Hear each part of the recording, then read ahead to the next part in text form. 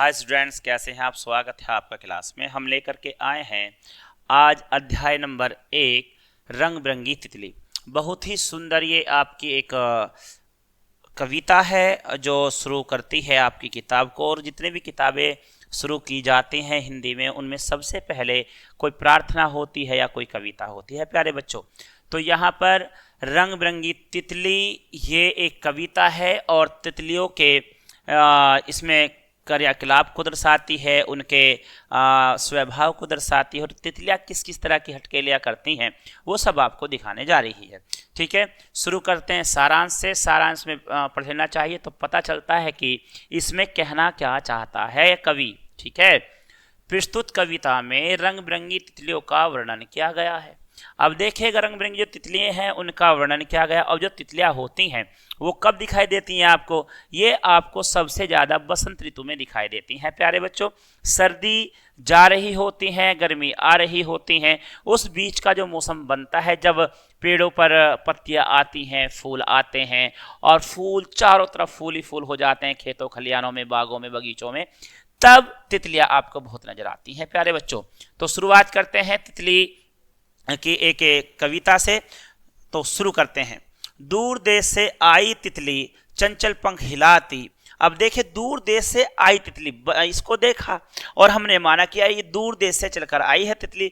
चंचल पंख हिलाती यानी कि हमेशा पंखों को चलाने वाली, जो कभी स्थिर रह ही नहीं सकते। चंचल का मतलब होता है जो स्थिर ना रह सके, हमेशा उड़ती रहती है।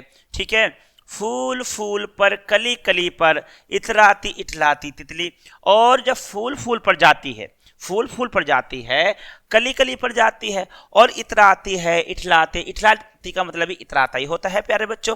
कि इतराती बड़ी खुश होती है कि मैं कैसे कैसे फूल पर जा रही हूँ, और वो उनका शहद चूसती है, उनका रस चूसती है और बड़ी खुश होती है प्यारे बच्चों। ठीक है, यह सुंदर फूलों की रानी, यह है सुंदर फूलों की रानी। अब ये जो है बहुत सुंदर सुंदर फूलों पर जाती है, ऐसे मानो जैसे इसका उन पर अधिकार हो, और उन अधिकारों का प्रयोग करते हुए हर फूल के पास में जाती है। ठीक है, धुन की मस्त दीवानी, और अपनी धुन की दीवानी है। ठीक है, अपनी ही धुन में रहती है, किसी का से कोई डर नहीं होता, बस उड़ना है, चलना है, फिरना है, इस फूल से उस फूल पर जाना है, उससे उस पर जाना है।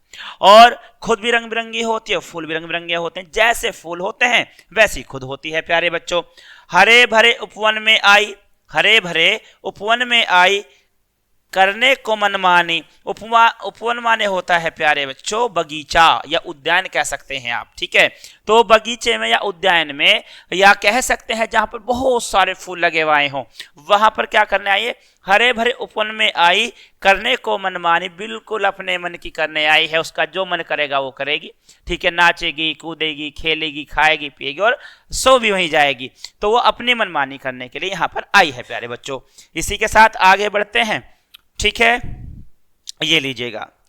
इसके बाद में कहते हैं कितने सुंदर, हाँ कितने सुंदर पर है इसके। अब इसके पर सुंदर कैसे माने जाते हैं देखिएगा। यहां पर भी तितली है, पीले कलर की है, काली है और रेड कलर की है। ठीक है, यहां पर ये पिंक कलर में है, ब्लैक में है, येलो में है और ग्रीन कलर में है। खुद के पास में इतने कलर होते हैं जितने फूलों के पास में होते हैं। अगर आप एक फूल के पास में जाते हैं, उसके पास में 1 या 2 या 3 कलर मुश्किल से मिलेंगे, लेकिन तितली पर बहुत सारे कलर होते हैं। ऐसे मानेगा जैसे कोई इंद्रधनुष का बना हुआ पक्षी आ रहा हो प्यारे बच्चों। ठीक है, कितने सुंदर पर हैं इसके जगमग रंग रंगीले, लाल हरे बैंगनी बसंती, काले नीले पीले। मैं यही बात कह रहा था आपसे, जैसे इंद्रधनुष होता है ना, रेनबो होता है, उसमें 7 रंग होते हैं। ठीक है, ठीक वैसे ही तितली है। तितली में जितने रंग हो सकते हैं कोई उनकी गिनती नहीं की जा सकती। जितने आपने रंगों को देखा हो एक ही तितली में वो सब मिल जाते हैं, और इस तरह की अलग अलग तितलियां आपको मिलती हैं। ठीक है, तो तितली होती कैसी है? लाल हरे बैंगनी बसंती काले नीले पीले। कहां कहां से फूलों के रंग चुरा चुरा कर लाई। अब लगता ऐसे है जैसे कि ये तितली गई है कहीं पर और वहां से ये फूलों के रंग चोरी करके ले आई है। ठीक है, ये तो सफेद थी लेकिन काले के पास में थोड़ा काला रंग वहां से चोरी कर लाई, तो हरे के पास में गई हरा लेके आ गई, लाल के पास में गई लाल लेके आ गई, यानी कि अलग अलग कलर लेकर के आई है, रंग लेकर के आई है और अपने आप को कलरफुल बना लिया है। प्यारे बच्चों, आते ही इसे उपवन में कैसे धूम मचाई, और आते ही इस उपवन में कैसी धूम मचाई। और आर्य कभी इस फूल पे जाती है, ऐसे उड़ती है, कभी इस पर जाती है, कभी उस पर जाती है ना, एक फूल से एक फूल पर जाती है, पेड़ से पेड़ पर जाती है, सभी फूलों पर आनंद लेती हुई फिरती है ये तितली। ठीक है, इसके आगे बढ़ जाते हैं। आगे क्या कहता है कवि देखेंगे।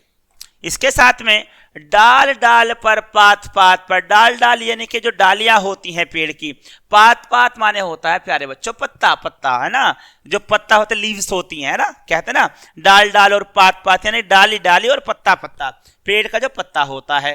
पर यह उड़ती फिरती है, यह उड़ती भी है और फिरती भी, कभी इस डाल से उस डाल पर जाती है, उस पत्ते से उस पत्ते पर जाती है, उस फूल से उस फूल पर जाती है। यह उड़ती है और चंचल क्रियाएं करती रहती, स्थिर तो कभी रहती ही नहीं है। कभी खूब ऊंची उड़ जाती फिर नीचे गिर जाती, और कभी पेड़ के ऊपर जाती है क्योंकि ऊपर फूल है।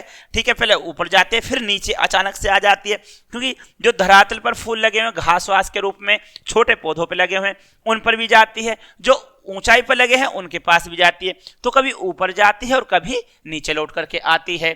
कभी फूल के रस पराग पर रुक कर जी बहलाती, और जो पराग होते हैं, जो फूल होता है ना, जैसे फूल है, ये फूल वाला भाग जो ऊपर वाला है, यहाँ पर पराग होते हैं प्यारे बच्चों। ठीक है, तो कभी कली पर कभी फूल के रस पराग पर यहाँ रस निकाला जाता है। ठीक है, मधुमक्खी भी यहीं से लेती है, तितली भी यहीं से लेती है ना। ठीक है, रुक कर जी बहलाती, और यहाँ पर रुकती है, बैठ जाती है और फिर आराम से वहां पर अपना जी यानी कि मन को बहलाती है। ठीक है, कभी कली पर बैठ न जाने, कभी कली पर बैठ न जाने, गुपचुप क्या कह जाती, और कली पर बैठती है और ना जाने हमें पता ही नहीं है वो कली पर बैठकर क्या क्या कह जाती, ये हमको पता ही नहीं है प्यारे बच्चों। तो यहाँ पर देखिएगा जो तितली होती है वो कैसी क्रियाकलाप करती है, बाग में उद्यान में आती है, इस फूल से इस फूल पर जाती है, पत्ती से पत्ती पर जाती है, डाली से डाली पर जाती है, और वह पूरे बाग को या खलियान को या उद्यान को रंग बिरंगा बना देती है। एक तरफ फूलों से रंग बिरंगा होता है, दूसरा तितलियों से होता है प्यारे बच्चों। इसी के साथ एक कविता आपकी यहाँ पर खत्म होती है।